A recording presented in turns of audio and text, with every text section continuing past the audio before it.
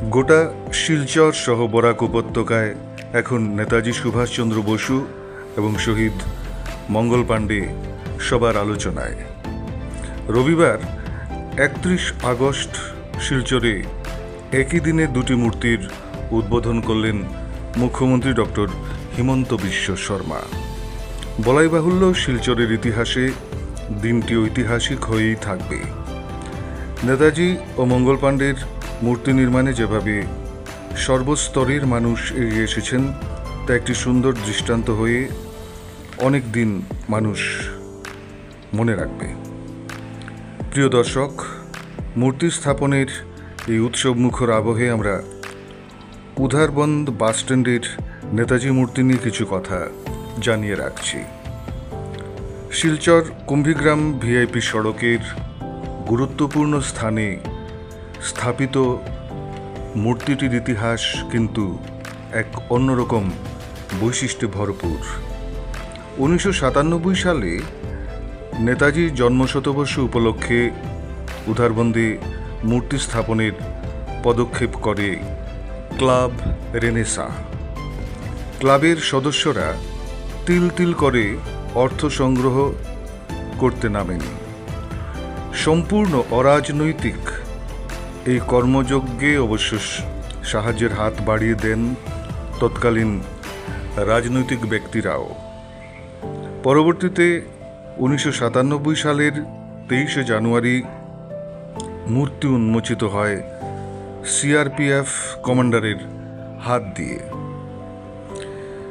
Club রেনেসার সদস্যরা সবসময় চেয়েছেন যাতে নেতাজির মূর্তি উদ্বোধন কোনো সেনা অফিসারের হাত দিয়েই হয়, কারণ নেতাজি সুভাষচন্দ্র বসু ছিলেন আজাদ হিন্দ ফৌজের সর্বাধিনায়ক।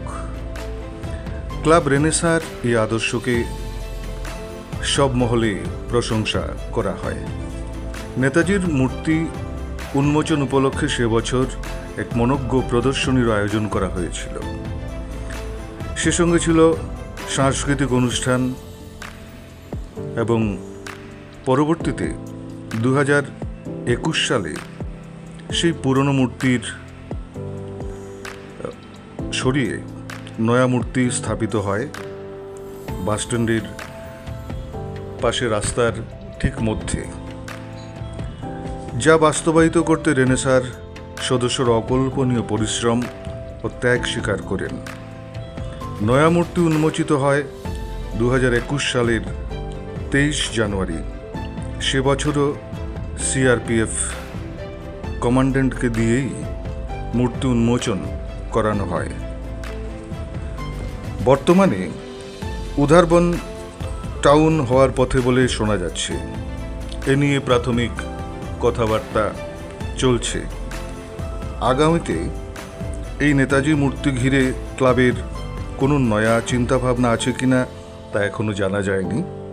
তবে আপাতত উধারবন্দের নেতাজি মূর্তির উপরে শক্তিশালী লাইট এবং নিয়মিত আলোকসজ্জার ব্যবস্থা করা হলে সেটা উধারবন্দ সহ বৃহত্তর শিলচর অঞ্চলের জন্য আকর্ষণীয় উঠবে বলে মনে করা হচ্ছে, কারণ এ পথ দিয়ে নিয়মিত ভিআইপি সহ গুরুত্বপূর্ণ যাতায়াত হয়ে থাকে।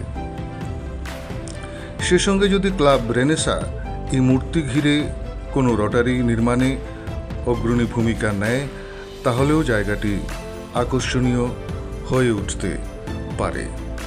প্রিয় দর্শক, আমাদের এই প্রতিবেদন আপনাদের কেমন লাগলো আপনারা কমেন্ট বক্সে জানাবেন। যারা আমাদের চ্যানেল ফলো করেননি করবেন এবং ইউটিউবে আমাদের চ্যানেল সাবস্ক্রাইব করবেন। ধন্যবাদ।